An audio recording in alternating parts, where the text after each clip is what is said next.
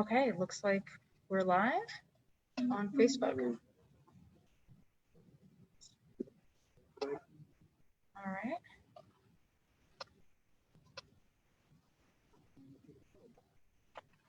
Fantastic. Okay.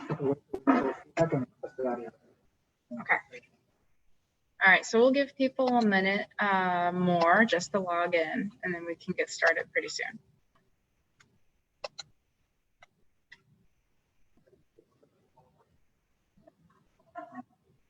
Excellent. All right.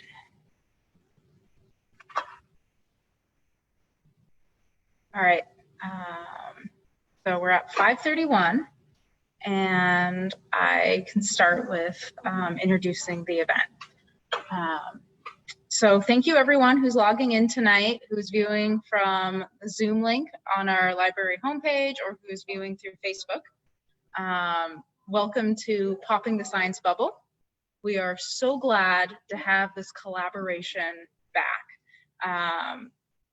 Berkeley Public Library has really enjoyed working with UC Berkeley students and graduate students and postdocs over the years to make Popping the Science Bubble happen. And we're just so happy that the Popping the Science Bubble team have come back. Popping the Science Bubble is a monthly seminar series that aims to share new research findings from grad students and postdocs at UC Berkeley with general public and create constructive discussion about a variety of science topics. We have 2 speakers at each seminar who will talk about their current research or a topic they find really interesting. The organizers are 3 graduate students at UC Berkeley, Jenna, Madison, and Oksana.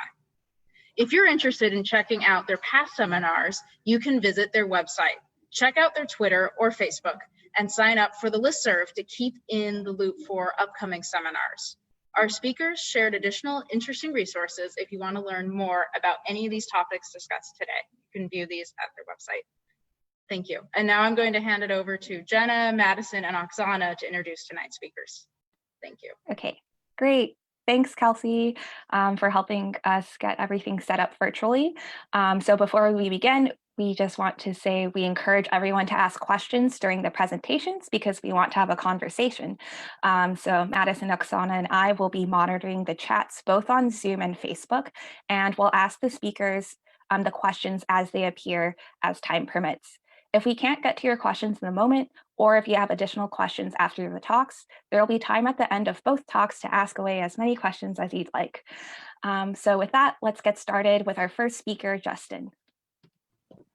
So our first speaker is Justin Ondry, who received his PhD in physical chemistry from UC Berkeley in 2020, where he studied atomic scale defects in nanocrystals under the guidance of Professor Paulo Livasatos. Prior to that, he received his BS in chemistry and material science in 2015 from UCLA.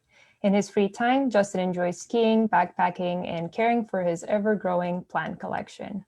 Take it away, Justin.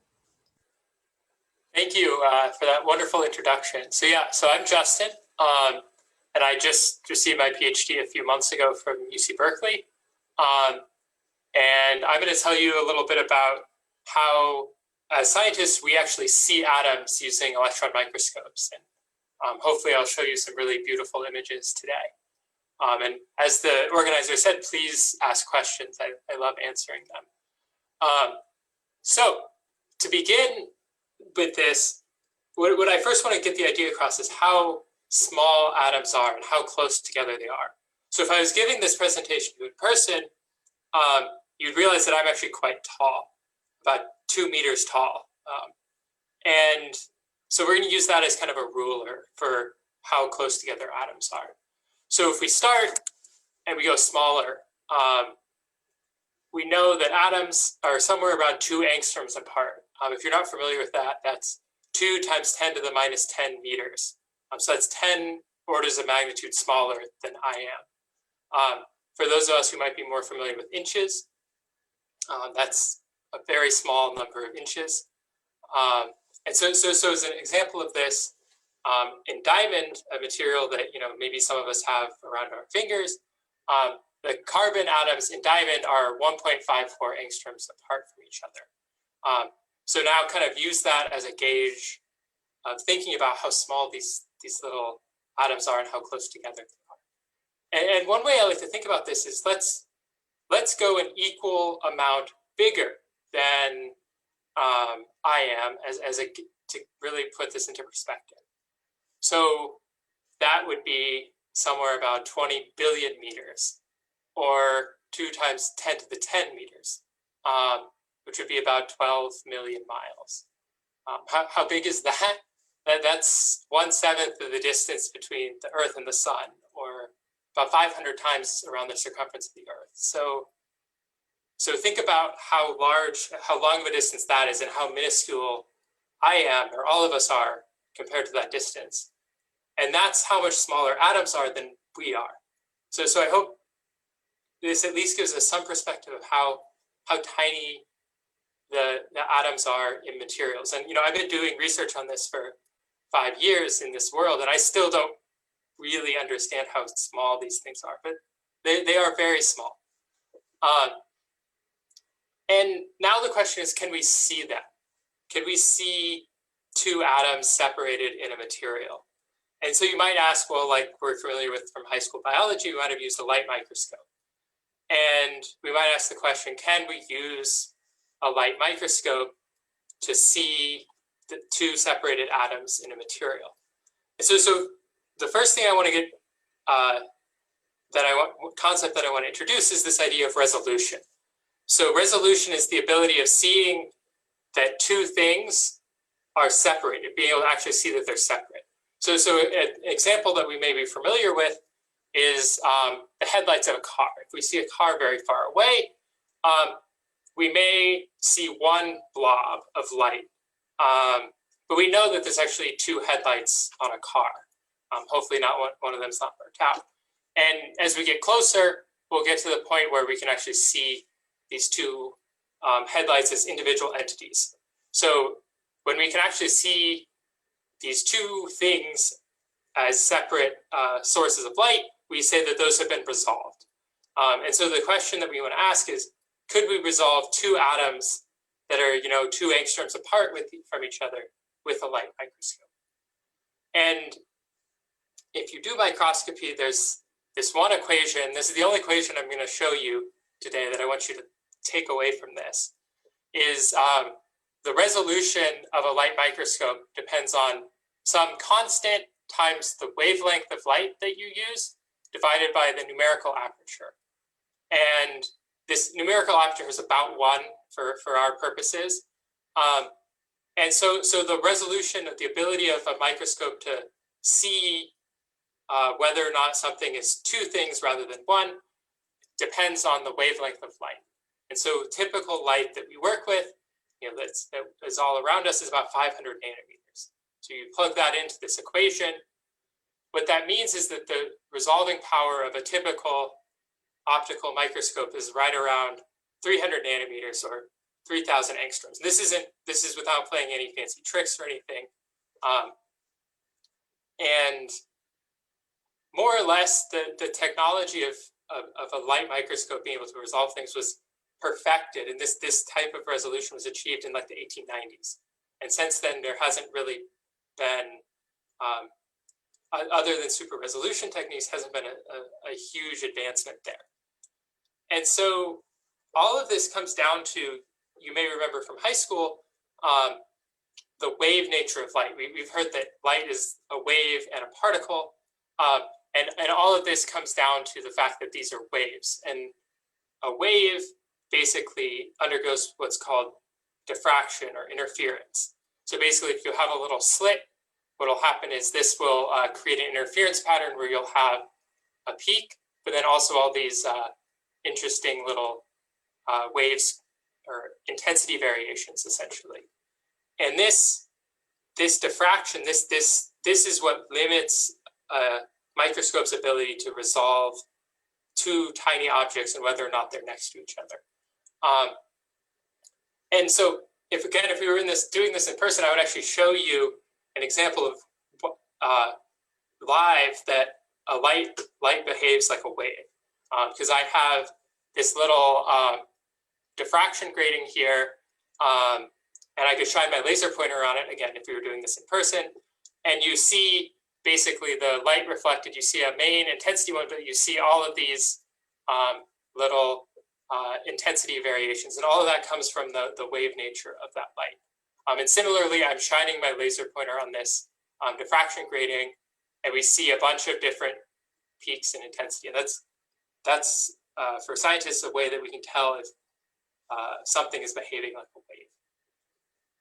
So now I'm going to step back and ask, well, what if we use something else to do the imaging? Instead of using light, what if we used an electron? And so an electron is just this little charged particle by itself, and we can accelerate it and use it kind of like light. And in 1927, what some scientists figured out was that a beam of electrons also behaves like a wave. And it's really hard to see in this image, but what this image is showing is different intensity fluctuations coming from the electrons diffracting rather than the light diffracting.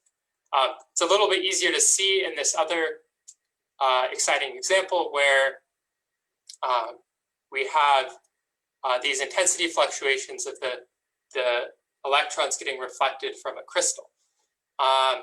And so this is showing that, okay, these electrons also behave like waves, and they're going to be limited by the same physics of a light microscope, but maybe the wavelength's different, and that will help us.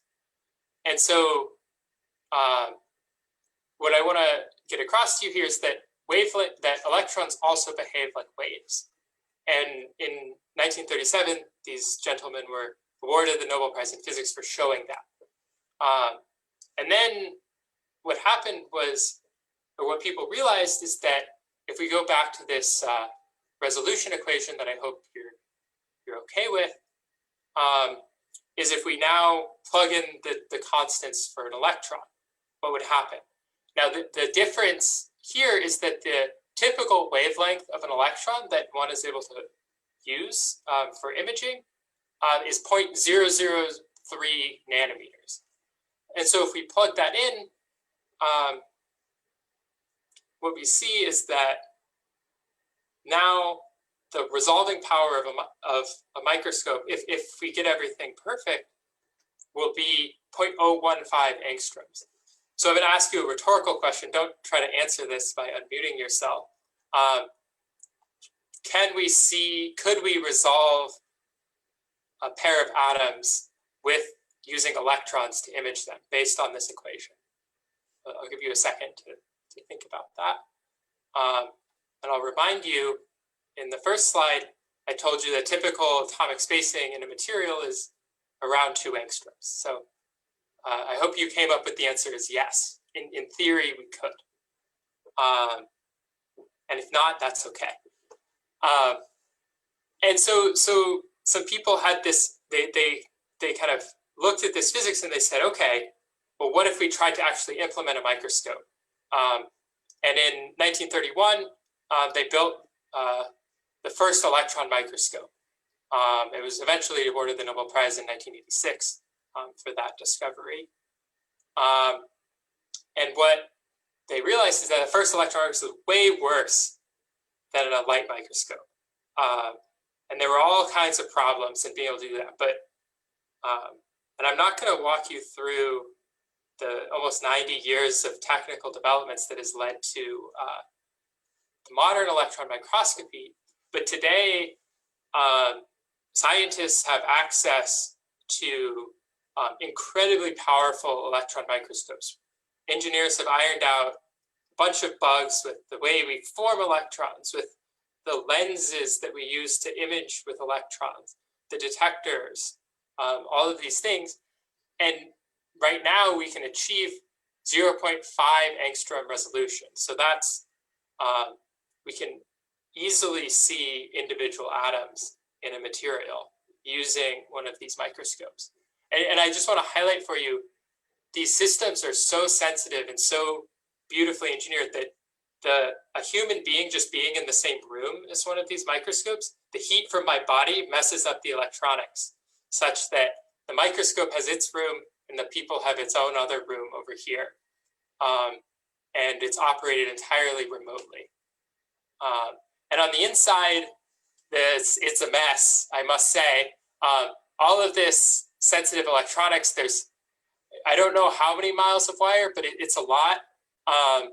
And all of that has enabled what I'm hopefully going to show you now is some really exciting images that most of which I have not collected. This is just what others have done. It's really, really fascinating. So the first one, the easiest example that I want to show you is images of graphene. So we may have heard about graphene as this really exciting new material with wondrous properties. And what graphene looks like on an atomic level is these honeycomb lattices of carbon atoms. And that's exactly what these authors down here are able to observe. You see each one of these bright white dots is that carbon atom in the material. So we see that beautiful honeycomb lattice here. Now you may ask, well, what's going on up here? And what's going on up here is the two layers of graphene are stacked on top of each other. And they don't stack on top of each other where one carbon atom is directly on top of the next one. They actually are slightly offset. So for example, we see these brighter areas here. Those are actually where two carbon atoms end up on top of each other, whereas these other areas here where there's one atom and they're offset from each other. So this is a really cool example, but it actually shows one of the limitations of these electron microscopes, and that's that we're looking at a two-dimensional projection of the image. So think of it like if I had a light bulb and I had a shape and I was creating a shadow of it, if I put a sphere or a rectangle or a cylinder there, depending on, I may end up in a situation where I've identified a cylinder and a sphere as the same thing because of the way their shadows look. But what we know that you can do is if you want to determine the three-dimensional shape of something, what you're going to do is you're going to look at it and then you're going to rotate it around to get an idea of what it looks like. And that's exactly what you can do in one of these microscopes. And so what I'm going to show you here. Hey, Justin, sorry, a quick question. Yeah, of course. Why do the atoms appear as white spots? And what are the dark spots then? So all of this, we never actually see electrons. Our eyes are not able to see them. So what we're doing is we're interpreting that signal. So with this image, basically, we're looking at places where the electron beam has been scattered more. And we're actually, in this case, we're collecting the scattered electron signal. So where there's an atom, if the beam is hitting it, we're seeing more scattered intensity. And then a detector measures that scattered intensity as a current, essentially. And then this image is actually just a kind of not computer rendering, but each pixel in the image is how much current is hitting the detector at that position as we're scanning the beam across. I hope that answers your question.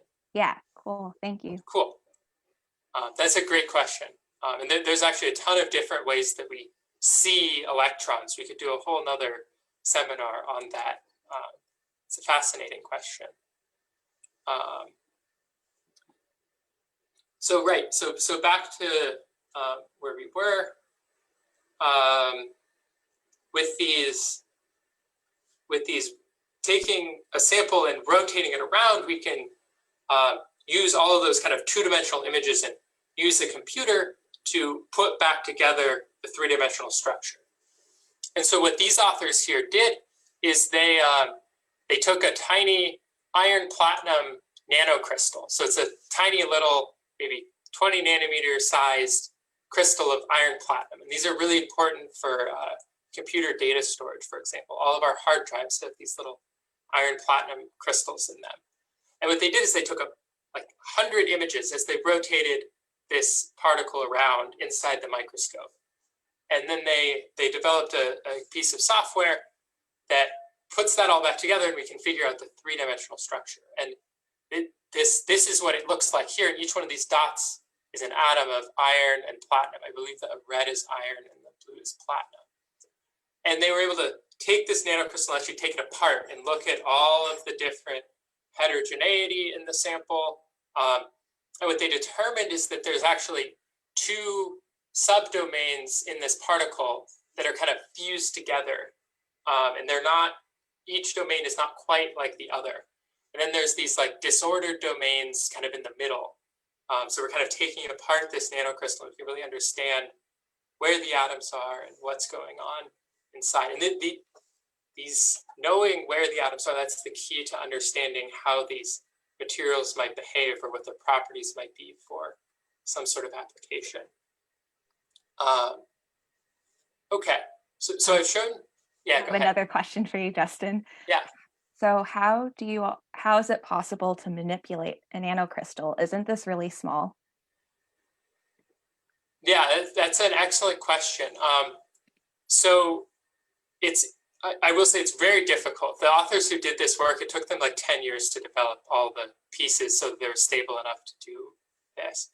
But basically, what we have is we have this little nanocrystal that's on a support of something that's relatively transparent to electrons. And then, so that nanocrystal is in some part of the support. We can take images there. But this whole support is connected to a big rod. And this big, imagine my arm is that big rod. And then this rod we can rotate and rotate this way and change the height and all of that. And so and it's all controlled actually by little motors, but through geometric reduction of the gears and stuff, we're able to make tiny rotations of a little nanocrystal in that way. Wow, it's really cool. I was imagining super tiny tweezers or something. That's the only thing I could imagine. Cool. Yeah, another great question. And those were part of the 90 years of technical developments that I kind of glossed over. Each one of those was critical for making this happen. We have a question from the audience, from Joseph. So his question is, if atoms are in constant motion due to heat energy, why isn't the image blurred? Oh, that's a great question. So yes, they are in constant motion, but every atom has a site, a place that it's allowed to be in a crystal, and it moves within that position, but it never jumps outside of where it is. So it has a little corral of space that it can be in. And so when we take one of these images, we're actually averaging over all the positions that one atom has in its case, or it's accessible to it. But yes, for example, if we looked at a gas in one of these microscopes, the atoms are moving all over the place. And so that would be, you wouldn't see any atoms. It would be a blurry mess. But yeah, excellent question. Thank you. So in case the video was too much for you, I just put one of the figures from their paper in here showing all of these different subdomains of the particles and the way the iron and the platinum are kind of ordered in this material. All right, so now, another place where electron microscopy has had a huge impact, which is a place where I'm not as familiar with, but I think it's worth going through and showing you, is the world of structural biology. So in addition to finding out the structures of materials, these tools are also used to figure out the structures of cells and proteins within cells. So you've opened up a textbook in biology in high school maybe, and you're like, well, how do they know what a cell actually looks like? Or how do they know what this protein looks like? And a lot of times it was figured out using an electron microscope. So using the same ideas of taking lots of images of something as it's rotated around, they can determine the structure of things like proteins. So this is an example of the ribosome, which translates DNA into the other proteins that make our whole bodies work. It's a huge molecule. But within these structures, they can actually determine kind of with atomic resolution where the different amino acids are and how they're contorted within here. And so you can imagine how powerful this is from both from understanding how cells work and how biological pathways work, but also from a engineering standpoint. If you identify this protein as doing something bad to your body, they can get the structure of it and then figure out, well, I should put this molecule in and that'll inactivate it. And they know where in this molecule there's places where you can bind a protein or another protein or a small molecule or something like that. And so this has been almost a revolution in the structural biology world. And I'm going to end with this in showing a very relevant example. We've all seen this rendering of the coronavirus from the FDA. They put it all over the place on every little handout you could get. And this is more or less a rendering based on TEM characterization of one of these virus molecules. So to show you a timeline of what this was looking like kind of in the literature as it was coming out, in around January, they were taking kind of these low resolution images of these viruses and saying, oh, look, this person's sick. We see these viruses in them that we don't know what it is. But we see it's this round blob and there's these little spikes on it. That's where that coronavirus name comes from. And they had some images of the spike and they're like, oh, this is related to this virus that we know about. And that was, this is like, less than a month after these issues were starting to come out. But 2 months later, I showed you that example of the ribosome. This protein on the surface that is the key to like these viruses being able to infect human cells. A group at UT Austin had fully reconstructed with near atomic resolution the structure of that protein. And so this structure is what all these companies and groups trying to develop vaccines are looking at. They're like, how do we trick their cells into figuring out that this is a bad person or a bad virus, and we don't want to let it in. And so I think this hopefully really highlights to you how all of these really cool tools that we have are hopefully going to have a very positive impact on human health in the near future. And then I'm going to end with, what do I do with an electron microscope? None of the stuff I showed you today I did or was even remotely involved in. But I thought it was some of the really cool examples to show in a talk like this. But yeah, so this is me in front of my electron microscope. And this green glow here is basically the electron beam hitting what we call a phosphor, which basically electrons hit it and it converts the electron into a visible light that we can see. So you're really seeing kind of a shadow of the sample, but on this fluorescent screen. And what I do with this is I look at defects in materials. So what I have here is 2 nanocrystals that have we fused them, kind of welded them together, but we formed a defect at the interface. So you can see each of these rows here is a row of atoms in this nanocrystal. You see there's an extra row shoved in here, and that's bad. We don't want that. Typically, these defects make things not work as well. And so we want to understand, well, how can we get rid of these defects? How do they behave in a material? And so what I do is I take videos of these defects and watch the pathways that they follow when they heal from a crystal. And so we can see here now, this interface is perfect. All the atoms, all the ducks are in a row, I like to say. And so that's what I do. And so I hope I've given you a really fun introduction and shown you what it takes to see atoms in every day, and that it has real impact for on your everyday life, even if you're not a scientist. So thank you. And when I say thank you, I mean thank you. If you're a taxpayer, which everyone is, these electron microscopes are expensive. $10 million for a state-of-the-art microscope. So I say thank you because you're the ones who support all of these cool images that have come out here. And then I'm happy to take any questions now. I'll stick around at the end of this seminar. Also, if you don't have time for that, shoot me an email. Also, they put together some fun links that I put together that are really fun introductions to different aspects of electron microscopy. So yeah, thank you for coming, and I hope you enjoyed it.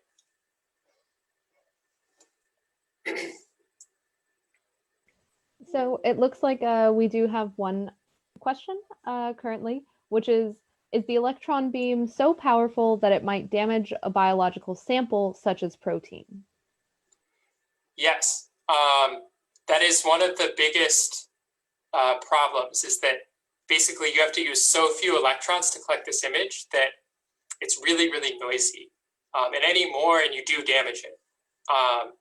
But the detectors, the cameras that these structural biologists use are so sensitive that we can use so few electrons that we don't damage the sample and still collect enough signal to create these amazing reconstructions that you've seen. But yeah, it's a great question.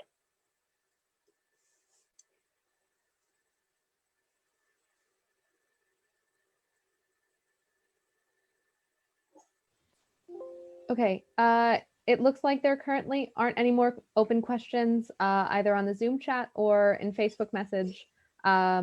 So I think Justin will be sticking around for a few minutes after the end of Sarina's talk as well. So if any questions come up in the meantime, please feel free to hang on to them and we can come back around to them after Sarina's talk. But Sarina, if you would like to share your screen, I think we can get started on your presentation. And so just as background for everybody in attendance, Sarina is currently a PhD student in the seismology lab at UC Berkeley, and she's working on how seismic data collected by a cell phone app can actually be used to improve public safety through uses such as building monitoring for damage and tracking earthquake safety. But she decided to run down the track of earthquakes because she loves things that go boom. And she lived in New Zealand for 6 months after the severe Christchurch earthquakes, which showed her that it is very apparent that there's a lot more to learn about earthquakes and more to be done to make sure that communities can navigate these safely. She loves putting science to work and really working on her science communication, and has found research to involve a lot more steady collaborative updates to understanding rather than just working singularly. So she's going to share her data and work with you now. Thank you very much for having me and for that introduction. So I am going to focus less on my research and try to give sort of a general status update on what's possible in terms of earthquake prediction, forecasting, and early warning. And then I'll tie back into sort of where I fit into this larger microcosm at the end. So we're going to start with prediction. And I think everyone has probably heard or even experienced the idea that maybe animals can predict earthquakes. This is a really common thing. And it's based on kind of a understandable intuition that animals do have instincts that exceed beyond our understanding. And maybe it's possible that they could predict earthquakes. And scientists have taken this concept seriously. They have studied animal behavior and the occurrence of earthquakes, and they have unfortunately found that there is no correlation between animal behavior and earthquakes. So if animals can predict earthquakes, they're not telling us. However, what is possible and what has been observed is that animals sometimes feel earthquake vibrations sooner than people. So if you are sitting in your living room and you have a dog and the dog is lying on the floor and you're minding your own business and all of a sudden the dog starts to bark or whine or run around, and then a few seconds later you feel shaking, it would be really logical at that point to go, my God, my dog is a genius. But what's actually happening is based on the physics of earthquakes. So earthquakes are the stress building up on a fault. And at a certain point, that stress exceeds the strength of the bond, this friction holding that fault in place, and the fault moves. And the release of all of that stress comes in the form of energy, which are termed seismic waves. And there are different waves that move at different speeds. And the fastest wave is termed the primary wave, the P wave. And that's associated with actually a fairly subtle vibration, one that often goes beneath the notice of humans, but can be felt by an animal, especially one that's lying on the ground.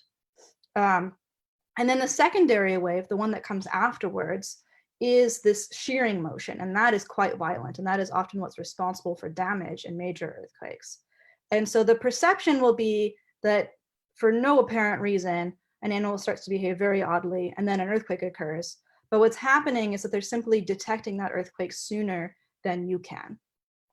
So unfortunately, animals cannot predict earthquakes, and I swear to you that if the USGS thought they could, they would be running a kennel. The second form of earthquake prediction are the people who say that they can. And the most popular of these is probably earthquakeprediction.com. This is text that is copied from their website. They begin off by saying they are not associated with the United States Geologic Survey, and I would like to say the United States Geologic Survey is not associated with them. But they list some of the scientific methods that they use to produce their predictions, and some of these are actually what scientists use to study earthquakes, like microearthquakes and seismic gaps. And a lot of these are things that scientists have found have no correlation to earthquake behavior, or physically don't make sense to how earthquakes behave. So this is, for example, like animal behavior. We have found that this does not correlate to earthquakes behave. And the second form of people saying that they can predict earthquakes are sort of popular figures. So this is one example. This is Dr. Browning. He was a meteorologist who in 1990 predicted a pretty major earthquake and caused quite a panic. And he said that he could predict this earthquake based on the alignment of planets and the moon. He said that they were all going to line up in one line. It was going to create this gravity anomaly that was going to cause all of a ruckus on Earth. And people who study the physics of Earth and gravity would be able to tell you that no alignment of planets that are millions of miles away is going to have a greater effect than the moon does on a daily basis, creating the tides. And we do not have a cascade of major earthquakes every time the tide comes in. But to the untrained ear, people who use pseudoscience, so what sounds like realistic scientific explanations, can produce predictions. And these predictions become famous and they propagate because people are really anxious, reasonably, about earthquakes, these catastrophic things that can break everything. And they want to have a semblance of control, and predictions give you that sense of control. And scientists are not immune to wanting to predict earthquakes. We could do an amazing amount of like community safety if we were capable of predicting earthquakes. And so we've given it a good college try. So here's an example in China. In 1975, they observed that there was this cluster of small earthquakes that occurred on a fault in February. And they thought maybe this means that this fault is gearing up to have something really major. So they predicted an earthquake was imminent. They evacuated the area, and 9 hours later, there was in fact a really significant earthquake, a magnitude 7, that damaged a lot of buildings, but nobody died because they had evacuated. So they were like, great, we figured it out. And the next year they tried again. They found another cluster of these small earthquakes. They thought an earthquake is imminent. They ordered an evacuation.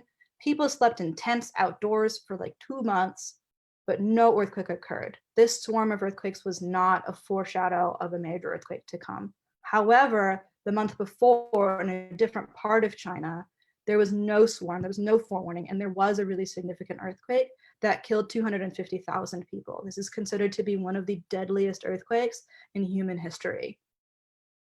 So because the observables were not consistent, we consider this a prediction failure. Because when you fail to get a prediction correct, or you fail to make a prediction, people die. So China has had mixed success. We have all had mixed success. And this comes down to the definition of a useful prediction.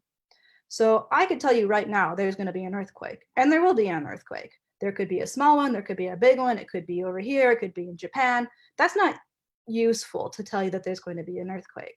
What is useful is to give you a fixed amount of time when that earthquake is going to occur, and an area when that earthquake is going to occur, like under San Francisco, and a magnitude range, because that determines sort of what kind of preparations are necessary. And you also need to provide the likelihood that this earthquake is going to occur, and it needs to be greater than the likelihood that this earthquake would occur just randomly.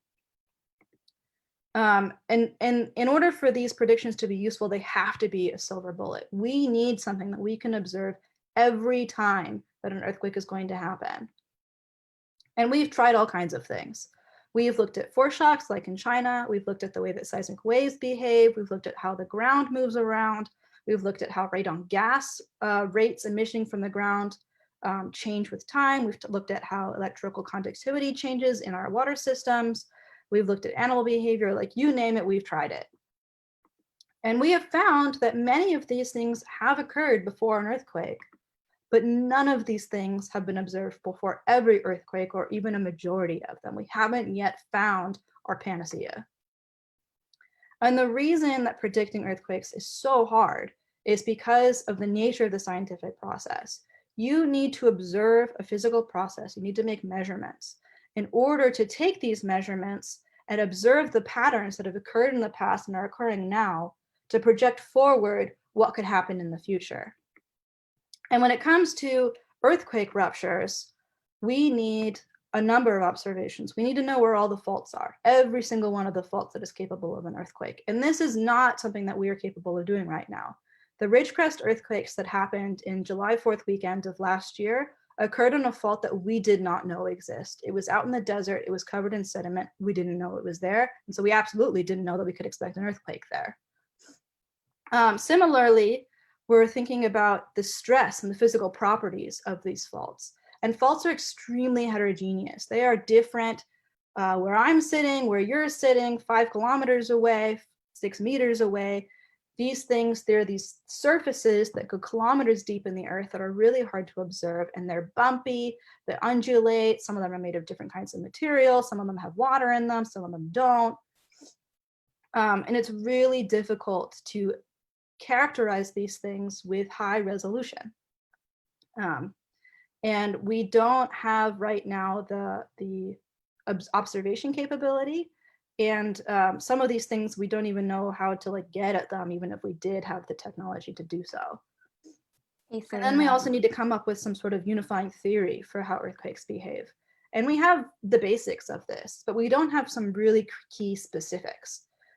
So what we don't actually know is what is the straw that breaks the camel's back, that creates this nucleation point, the starting gun for an earthquake. We know that there's stress building up, but exactly when is it going to go? We can't figure out what starts it. And then we also don't know why some earthquakes, when an earthquake starts, grow really big, whereas most of them stay pretty small. And then when an earthquake does start to grow, we don't really understand what stops that growth. Why doesn't it just rupture the whole length of the fault? So these are the kinds of questions that we need to answer. And it's really difficult to get at this answer because earthquake rupture is what's called a critical failure process.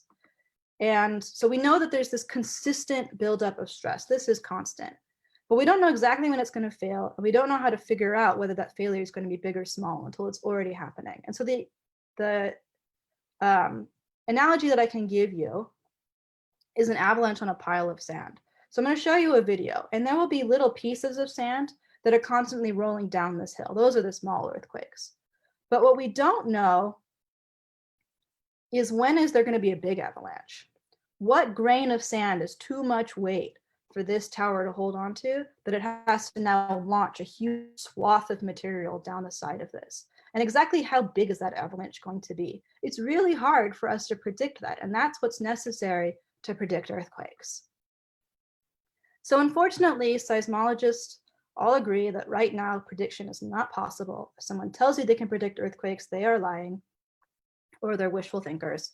And we don't think that prediction is anywhere in our immediate future. So unfortunately, prediction is out. However, that's not to say it's all doom and gloom. We can still do, and we do have forecasts, and we do provide early warning. So let's talk about these. So USERF3, the third Uniform California Earthquake Rupture Forecast, you can think of this like a weather forecast. This is taking what we can observe, and there's a lot, and use that to create models that predict how we might expect things to behave. And because we're not really sure, we call this a forecast, because this is associated now with a probability. There's a likelihood that things are going to behave this way, depending on sort of the error margins that we've set on the models that we use. And what we do is we take a map of the faults that we do know about, that we have observed. We use physics-based models to figure out when those faults might rupture based on the amount of stress that they're accumulating. And then we also take models of how the ground responds to earthquakes to figure out how the shaking will be distributed when one of those faults does experience a major earthquake. And these forecasts are based on the history of how faults have behaved. We look at how the faults are currently moving using really high precision GPS measurements. We know some of the tectonic dynamics that are happening on a more regional scale. We can create models of how bigger earthquakes might move through a landscape based on how smaller earthquakes behaved. We have thrown the kitchen sink into these forecasts. So we do have a lot of information, and this information has all been poured into forecasts, sort of probabilities of earthquakes occurring. So this is the most recent of these reports, the third one. They come out every few years. And what I'm showing you is a map of the Bay Area portion of this.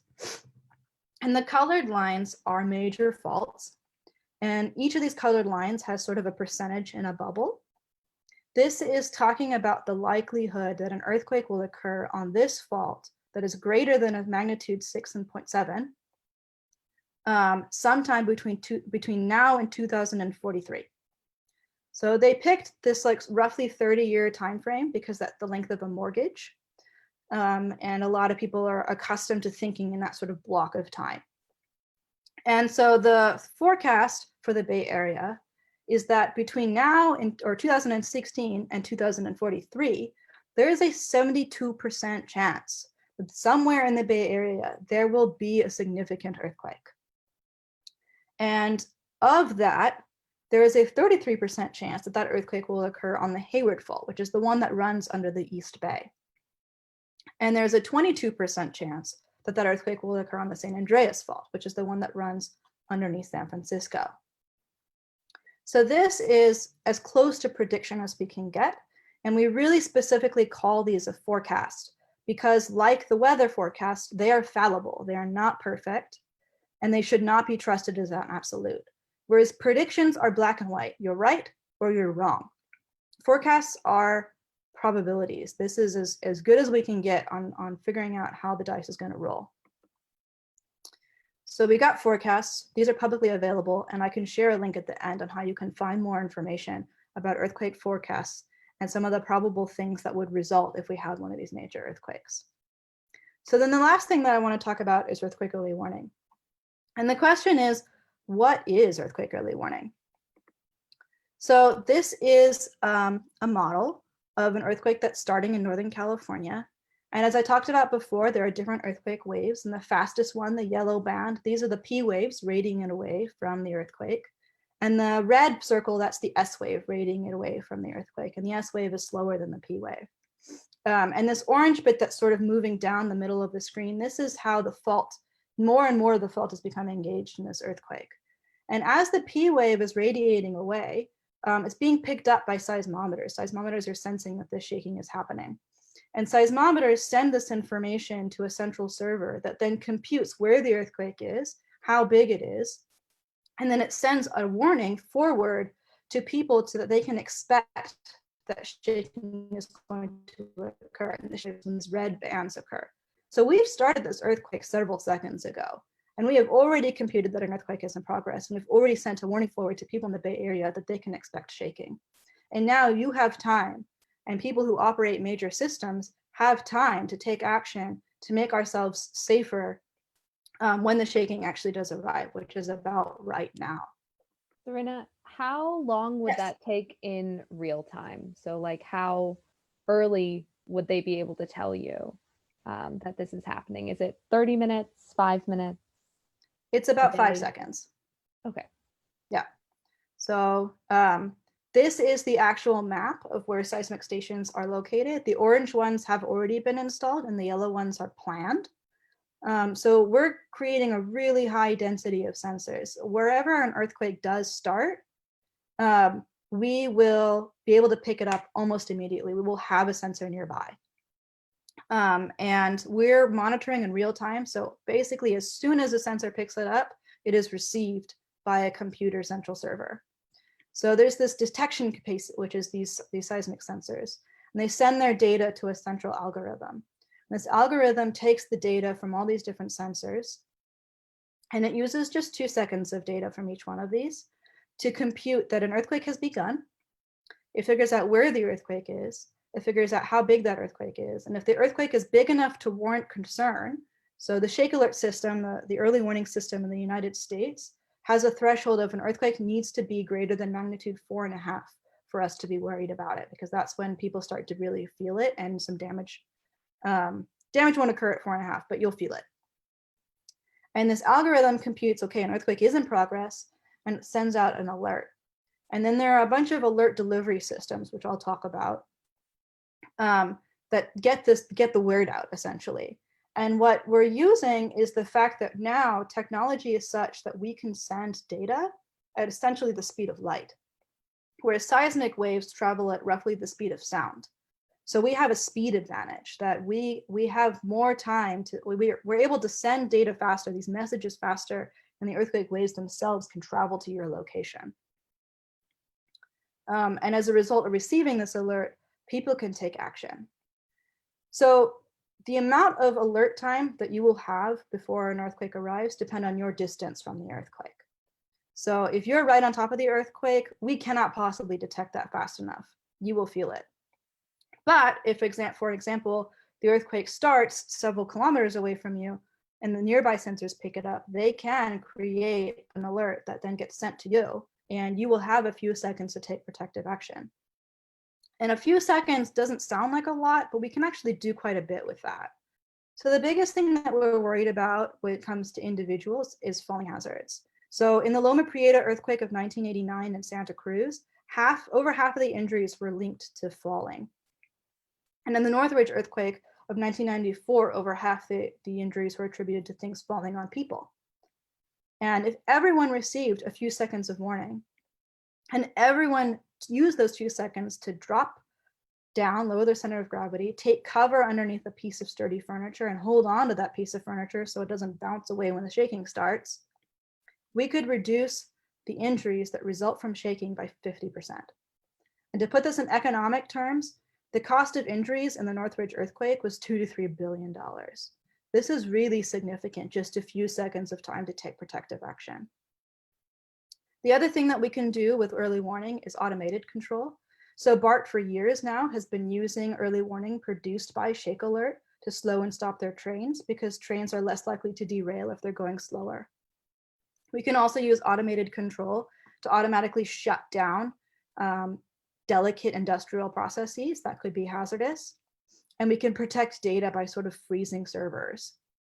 And then we can also prevent cascading failures through certain forms of automation. So having alarms in hospitals so that surgeons take the scalpel out of your brain, pausing elevators at the nearest floor so that you can get out and you don't get trapped. And a major problem with earthquakes in the 90s was that the garage doors would get stuck on the buildings for firehouses because the buildings would be damaged, and they couldn't get the trucks out to now deal with the secondary hazard of the fires that were started because of downed power lines or broken gas lines. So all of these things can be mitigated if you have a little bit of time to prepare. And I want to share this part now because I think where there's a lot of sort of division and it feels like no one can agree on anything. But actually, when it comes to early warning, when it comes to this particular piece of public safety, California voters overwhelmingly support the existence of an early warning system. With all of its caveats, with all of its imperfections, people want this service to exist. And overwhelmingly, people are willing to give taxpayer dollars to make it possible. And I think that I find this really reassuring that it actually is possible for people to agree sometimes on public issues. And early warning is a beautiful example of collaboration across a multitude of institutions, nonprofits, state governments, city governments, municipal utilities, the federal government, and private companies, all working together to make it possible for people to be safer in earthquakes. Like, this has been a 15-year journey that required so many different people collaborating to create this product, because all of these people were able to agree that it was worthwhile. So now the question remains, how can you get an earthquake early warning? And the app that is across the board in California where you can receive an earthquake is called MyShake. MyShake is a free app. It's available on the App Store, both for Google and for iPhone. And it was created at UC Berkeley, actually in the lab group that I'm a part of. And so I'm definitely partial to it. And we have a license from the state Shake Alert program to deliver early warnings to your personal phone. So if you download this app, and you enable location services so we can figure out where you are relative to the earthquake, then you will automatically be enrolled as long as you're in California to receive early warnings when they are pushed out. The other thing that MyShake does is it has an opportunity for you to contribute your experience. You can fill out an experience report of an earthquake that you experienced, that you were in, that you felt, and then it generates these community maps. There's also some preparedness and safety information in this app, and there's an educational component where we release information about earthquakes that are occurring around the world. And the backbone of MyShake is that it was originally and continues to be a citizen science project. So it started with scientific discovery. We used observations about how earthquakes behave, and we used information about how cell phone sensors behave to create a hazard reduction product.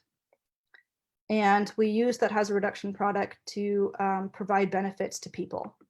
And then we ask people then to contribute back as citizen science, and it goes around in a circle. So what I mean by this is that we use scientific discovery to understand how earthquakes propagate, and then we produced early warning. And then we give that to people along with education and awareness and preparedness methods. And then we want to foster social engagement with that information. So I talked about the experience reports. The other backbone of MyShake is that we can use cell phones themselves as seismometers. So now we're getting into what I do. So your cell phone knows if it's upright or it's sideways because it has a sensor in it called an accelerometer. And that accelerometer is very sensitive to vibration. And we have trained using an algorithm sensors in phones to be able to tell the difference between, like, I'm on a train or I just experienced an earthquake.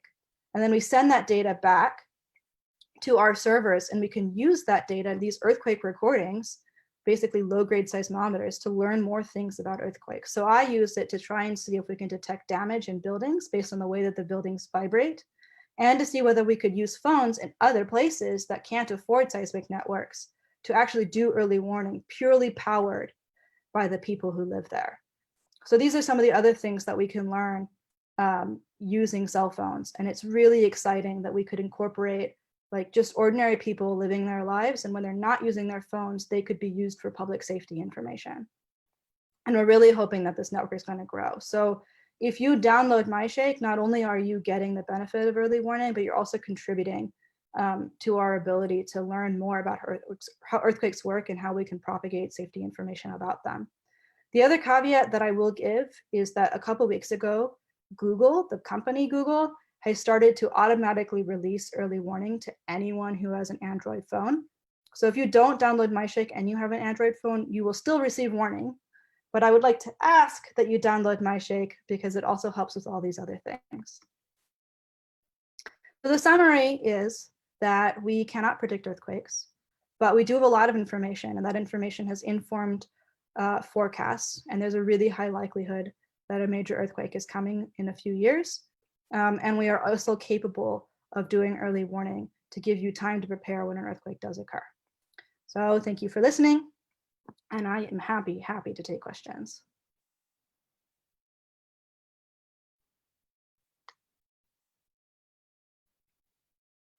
It looks like we do have a question in the chat. We have, does the magnitude of an earthquake decrease in a predictable manner from its epicenter? And does the shearing motion of a fault create an audible sound as it propagates? Both of those are really good questions. So there is a sort of a linguistic thing that is sometimes a little bit tricky. So there's an earthquake has a magnitude, and that is a description of how much energy is released in total by that earthquake. So any given earthquake has a single magnitude, and it doesn't really depend on where you're located. However, there is a word intensity, and in English, plain English, that means the same thing. But in earthquake speak, magnitude is the amount of energy associated with the earthquake, whereas intensity is the experience in a different location of that earthquake. So that's the severity of the shaking and the amount of damage that it produces. So there is sort of a predictable decrease in the severity of shaking depending on your particular distance from the fault that is rupturing. And this is based on the physics of how energy propagates through the ground. So there is more severe shaking in places that are loose unconsolidated sediments. And then there's sort of a lesser degree of shaking in sort of hard rock environments. Can you iterate the second half of that question for me again? Yeah, so the second question is, and does the shearing motion of a fault create an audible sound as it propagates? The actual breaking of the ground can produce a sound. I don't know if I would characterize the earthquake itself as a release of sound, but you can definitely hear like things physically breaking, which does happen along fault surfaces.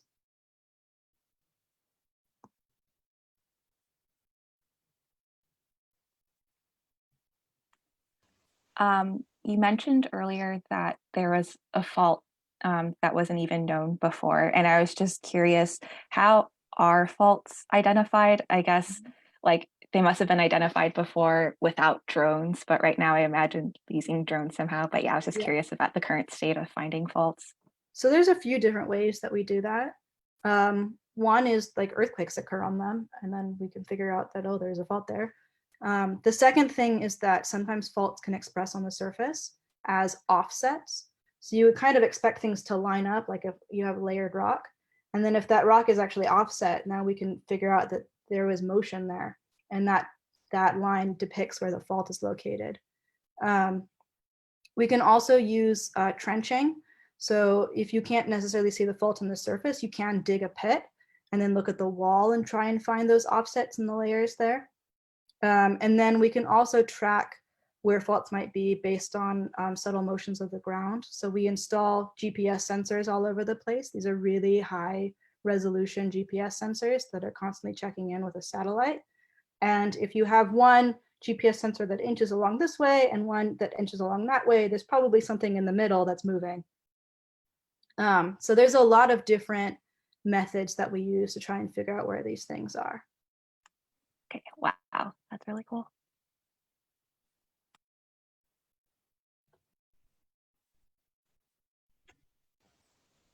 If that wraps up for questions, thank you so much, Sarina and Justin, for speaking. Oh, sorry, just one more question. Yeah. Oh, Madison, if you want to go for it. Oh, yeah, sorry. A question just came up on Facebook from Ryan Lee, which is, what is the chance that an earthquake occurs somewhere that is not along a fault line?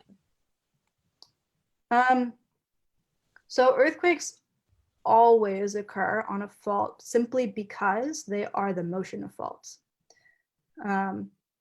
So it is that tectonic motion is trying to move pieces of the crust around, and where that motion gets accommodated is along these sort of interfaces where two pieces of the crust meet, and they have bumps and they have friction, and that friction stops those things from actually moving. And when you actually apply enough pressure to that, you'll overcome that friction and you can shove past those bumpy bits and release all that stress. But that can only occur where there is an interface of two pieces of thing that can move. We also have one final question in the chat. Are there methods of earthquake prediction that are reliable within a specific geographic area? Not that we have found so far. There is a beautiful example of attempting to do that in what's called the Parkfield experiment.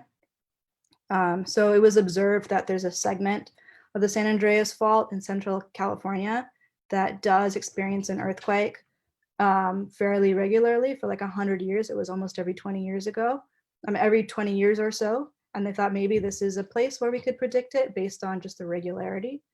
And they put all kinds of instruments up. They got really excited about it. And then the earthquake didn't happen when I thought it was going to, and it didn't happen 5 years later, and it didn't happen 5 years after that.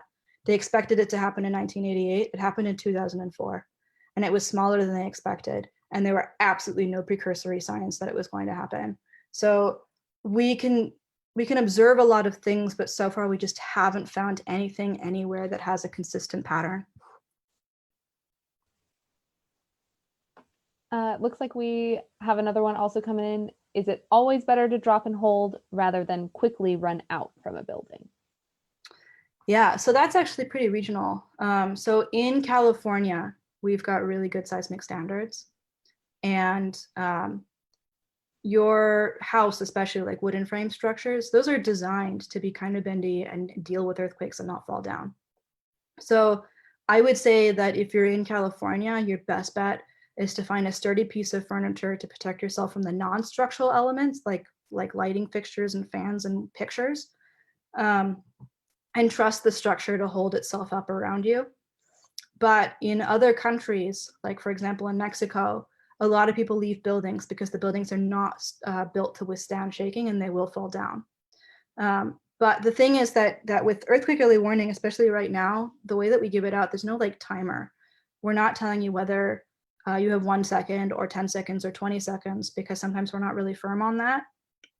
And if you don't have a sense of how long you have, if you're trying to run outside and you get caught when the heavy shaking happens, the shaking can be really severe. Like you won't be able to walk, it will knock you down, and you could be in a really unsafe position at that point. So what we recommend is that you just always drop cover and hold on, and don't try to leave your building. The other thing to say about that is that while the structures of buildings are seismically certified, the frame itself is not going to fall. One of the highest things that causes damage and injury is the facade of buildings falling off and windows falling out. So if you are trying to leave a building and the shaking hits, you could get smacked by a brick, and we don't really want that. So in the United States, you're safer to stay inside. And then I have a question about kind of like forecasting capabilities. So this might come from a naive understanding of how they give a percentage. I guess it would be my understanding that they would basically say, like, from our forecast methods, we've accurately guessed, you know, with all of these parameters, this many, like this percentage of times, which means when we see these warning signs, we can be that percentage accurate that it's going to happen. That's almost there. So it's basically that we have taken all the observations of how faults have behaved in the past and what kind of stress regime we can measure that is occurring on these faults now, and create a model for when we think these faults might fail. And then we assign a confidence interval to how likely we think that failure is within a given time range. So it's a slightly different reorganization of what you said, but it's basically using inputs to create a model and then using that model to guess the likelihood of a certain thing. Okay, cool. So how long have we been collecting data to, I guess, build that model, and therefore, like, how confident would we be? Yeah. The percentage that it gives out? We've been collecting a lot of seismic data in a really like more uniform and rigorous way since the Cold War. We actually started with global seismic monitoring to find nuclear bomb tests. And so I would say since then, we've like really started to make that effort. And in terms of the forecasts, there have been 3. They started, I think, in 2002. And they get better every time because we add more data every time. And I don't remember the exact sort of confidence intervals they put around their forecast probabilities, but it's pretty good. These probabilities are pretty good.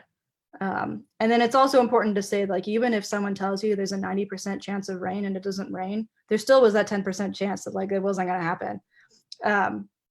So I would say it's a really good guess, but we have no claims to perfection. Cool. Thanks for explaining that. Yeah. And then we have another question coming in through the chat, which is there evidence for the thought that a series of small shakes on a fault will prevent a much larger one? That is a really good question. And that is also one of those things that like seems really logical. So the thing to understand about earthquakes is that the magnitude scale is logarithmic. So one magnitude 4 earthquake is 10 times smaller than a magnitude 5. It is 30 times less energy released in a magnitude 4 than a magnitude 5. So if you have a really large number of 2s and 3s and 4s, you still have a long way to go to try and release the stress that could be released all at once in a magnitude 7, 8, or 9. And the other thing to understand about small earthquakes is that all of it is a release of stress, but sometimes it's also a transfer of stress. So it is possible that you could have a small earthquake on one segment and you release the stress on that part of the segment, but you accidentally transfer a little bit to the next part, and that next part could be loading up for something real big. So sometimes it can be that these smaller earthquakes are venting really tiny amounts of stress that would otherwise be accumulated in a big earthquake, but in other instances, it's actually transferring stress and making a bigger earthquake more likely. Would that follow that kind of areas that have higher capacity for friction then, or like higher frictional force, then can basically collect a bunch of stress moved from small earthquakes in the area, and that one part of the fault is more often the epicenter for large earthquakes? Yeah, that is definitely yeah, you're on the right track for sure.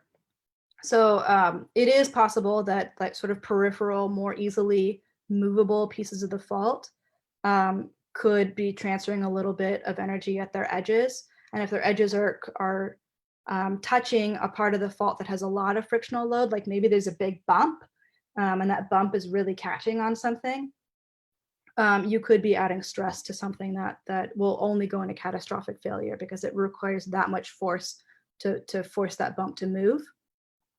And in places where there is a really high friction load, there's what's called high locking. So faults have sort of this continuum of how they move. In some cases, there's not a lot of friction. And so as you apply tectonic pressure, you actually get really slow slipping along that fault, and it just moves without really shaking or bothering anybody. But in other cases, you have a really lot amount of friction. So no matter how much pressure you put on there, you don't get any incremental movement. And there's also like some continuum in the middle where it's partially slipping and partially locked. And we do think that the places that are locked are of the highest risk for a major earthquake, partially because no stress has been vented. And therefore, when they do go, we expect a large amount of stress to go at once.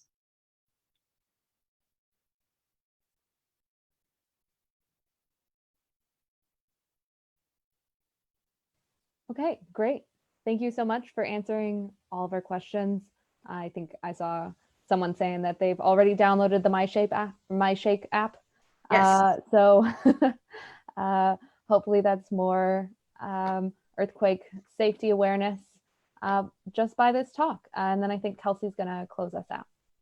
Yes. Great. Yeah. Thank you so much, Sarina, for talking. And Justin, your presentations were fantastic and absolutely a delight to listen to. And thank you, Jenna, Madison, and Oksana, the Popping the Science Bubble team, for bringing these lectures to us. We have one coming up next month in November, third Tuesday of the month. And we're so excited. Thank you folks for tuning in over Zoom and Facebook Live. If anyone wants to add anything to that, I think we're good to close up. We're good here. Yeah. Thanks, Okay, Kelsey. great. Thank you. Have a good night. Thank you.